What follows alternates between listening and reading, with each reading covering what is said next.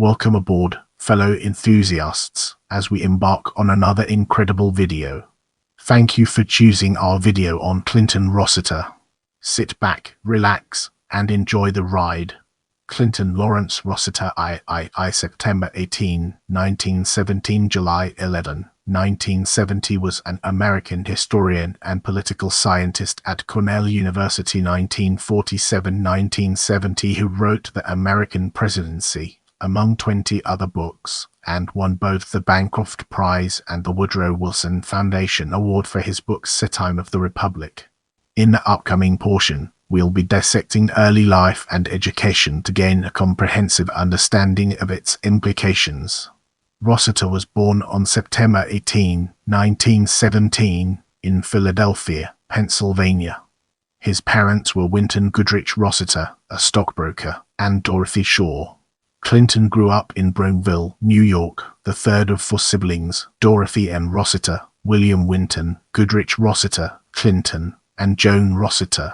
He was raised to give priority to family and social expectations.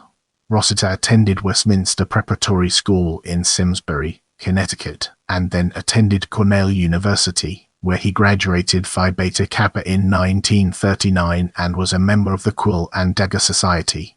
In 1942, Princeton University awarded him a Ph.D. for his thesis Constitutional Dictatorship, Crisis Government in the Modern Democracies. Get ready to immerse yourself in the world of career as we examine its impact and relevance. Immediately after American entry into World War II, Rossiter joined the United States Naval Reserves and served for 3 years as a gunnery officer, mostly in the Pacific Theater, reaching the rank of lieutenant. Rossiter taught briefly at the University of Michigan in 1946, moving to Cornell University in 1947, where he rose from instructor to full professor in 8 years. He served as the chair of the government department from 1956 to 1959, when he was named John L. Senior Professor of American Institutions. During the years, Rossiter served as series editor for Communism in American Life, published by the Fund for the Republic, a non-profit organization funded by the Ford Foundation. He spent the academic year as Pitt Professor of American History and Institutions at Cambridge University, England. Get ready for an exciting exploration as we unravel the mysteries of personal life. Rossiter married Mary Ellen Crane in September 1947. They had 3 sons, each of whom were Cornell University graduates: David Goodrich Rossiter 1949, Caleb Stewart Rossiter 1951. Caleb also attended Westminster, and Winton Goodrich Rossiter 1954. As we progress, let's shine a spotlight on death and examine its intricate interplay within our topic. Rossiter died in his home in Ithaca, New York, on July 11, 1970, at age 52. The New York Times reported that his son Caleb Rossiter discovered his father's body in the home's basement. The cause of death was ruled a suicide by the Tompkins County, New York medical examiner and was widely reported. Years after Rossiter's death, his son revealed that his father suffered a lifetime of debilitating clinical depression, which he could no longer extract himself from, an overdose on sleeping pills. External events had much to do with Rossiter's final stages of depression. His beloved Cornell University was convulsed with racial conflict, including the infamous armed seizure of the Student Union building in April 1969. In response, Rossiter became prominent as a moderate voice among Cornell University faculty, urging some understanding of the African American students' frustrations, but he was branded a traitor by other faculty members, some of whom, including Alan Bloom, refused to speak to him again. Prepare yourself for an in-depth analysis of legacy in this section. For 2 decades after Rossiter's death, the academic mainstream in political science moved away from Rossiter's documentary, interpretative style towards a quantitative, data-driven approach. However, in the years and the early 21st century, political scientists have rediscovered the substantive and methodological concerns that Rossiter brought to his work and have found a renewed appreciation for his scholarly works. In particular, following the events of Rossiter's first book, the 1948 Constitutional Dictatorship Crisis Government in the Modern Democracies, reissued in 1963 with a new preface, was reprinted for the first time in nearly 40 years.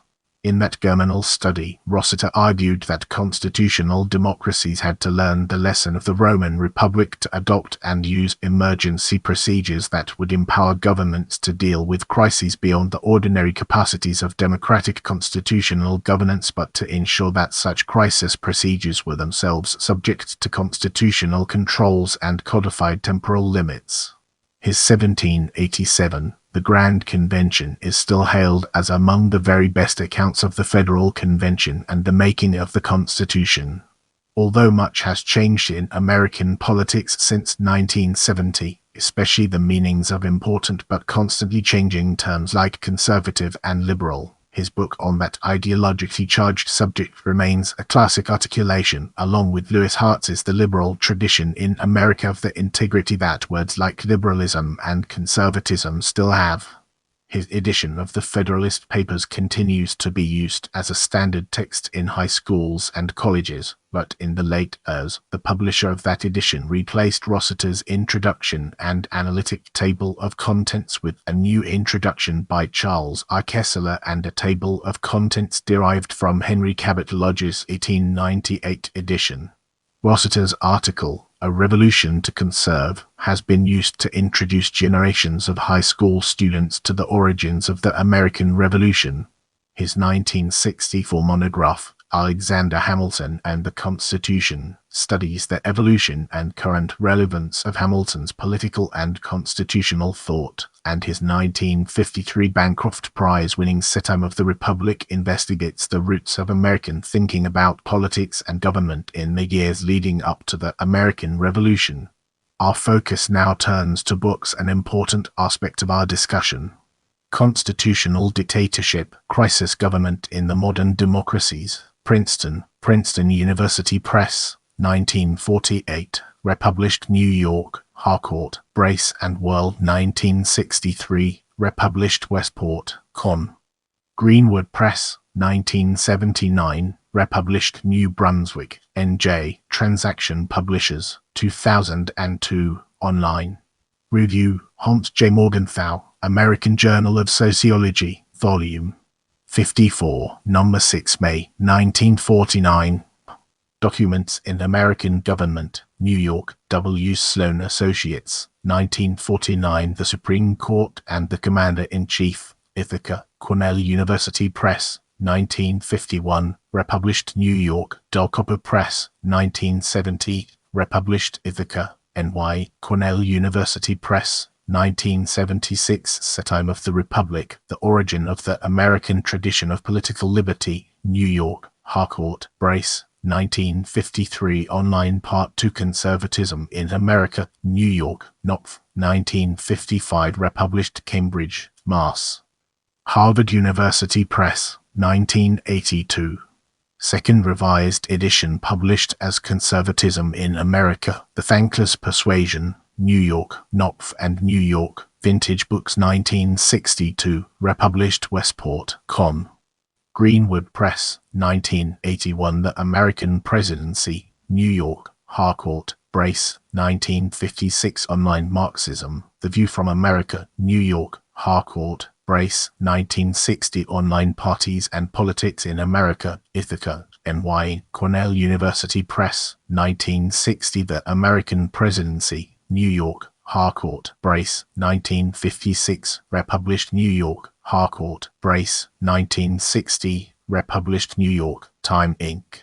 1963, republished Baltimore, Johns Hopkins University Press, 1987. The Federalist Papers, Alexander Hamilton, James Madison, John J., New York, New American Library, 1961, republished New York, Mentor, The Three Pillars of United States Government, the Presidency, the Congress, the Supreme Court, Washington, distributed by U.S. Information Service, 1962. The Political Thought of the American Revolution, New York, Harcourt, Brace and World, 1963. 6 Characters in Search of a Republic, Studies in the Political Thought of the American Colonies, New York, Harcourt, Brace and World, 1964. Alexander Hamilton and the Constitution, New York, Harcourt, Brace and World, 1964. Online, 1787. The Grand Convention, New York, Macmillan, 1966. Republished, New York, W. W. Norton, 1987. Online, The American Quest, An Emerging Nation in Search of Identity, Unity, and Modernity, New York, Harcourt, Brace, Jovanovich, 1971. Online. As we enter this new chapter, let's navigate the complexities of articles and unravel its multifaceted nature. The President and Labor Disputes. The Journal of Politics, Vol. 11, No. 1, February 1949. Instruction and Research, Political Science 1 and Indoctrination, The American Political Science Review, Vol. 42, No. 3, June 1948. The Reform of the Vice Presidency, Political Science Quarterly, Vol. 63, No. 3, Sep. 1948. A Political Philosophy of F.D. Roosevelt, A Challenge to Scholarship, The Review of Politics, Vol. 11, No. 1, Jan. 1949. John Wise, Colonial Democrat, The New England Quarterly, Vol. 22, No. 1, Ma. 1949. Constitutional Dictatorship in the Atomic Age, The Review of Politics, Vol. 11, No. 4, August 1949. What of Congress in Atomic War, The Western Political Quarterly, Vol. 3, No. 4, Dec. 1950. The Political Theory of the American Revolution, The Review of Politics, Vol. 15, No. 1, Jan. 1953. Impact of Mobilization on the Constitutional System, Proceedings of the Academy of Political Science, Vol. 30, No. 3, May 1971. Thanks for being a part of this amazing journey. I can't wait to bring you more exciting content.